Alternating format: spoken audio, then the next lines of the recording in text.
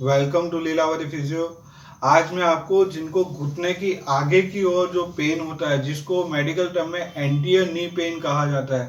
वो क्यों होता है, उसके कारण क्या है, उसके कॉजेस क्या है, उसके बारे में बताऊंगा। जो आपको घुटने की आगे की ओर जो पेन होता है, उसका सबसे बड़ा पहला कारण है अगर जब भी आप गिर जाते हो तो अपने घुटनों पे गिर जाते हो, जिसकी वजह से ये पेन शुरू हो जाता है। दूसरा जो रहता है हमारा जो ये पटेला रहता है, जिसको चपनी या ढाकनी भी बोला जाता है, उसके नीचे जो कार्टिलेज रहता है वो अगर घिसने लगता है या सॉफ्ट हो जाता है या ब्रेक होता है, जिसकी वजह से हमें आगे की ओर पेन होता है। जो जनरली पटेला जो रहता है उसके आजू बाजू घुटने और घुटने की आगे की ओर पेन होता है। तीसरा रहेगा जो हमारा पटेला रहता है, जिसको चपनी भी बोला जाता है, वो जब अपनी जगह से बाहर की ओर टिल्ट कर जाता है, मतलब ऐसे घूम जाता है बाहर की ओर,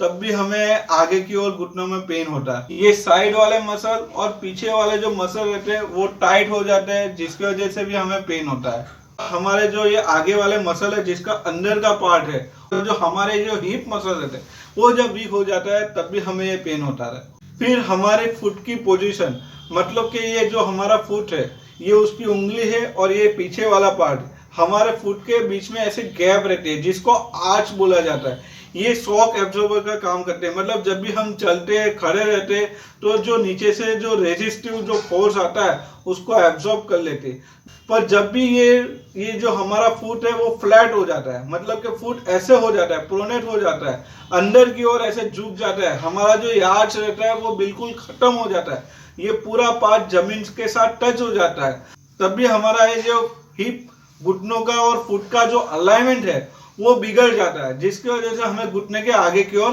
पेन होता है। Thank you.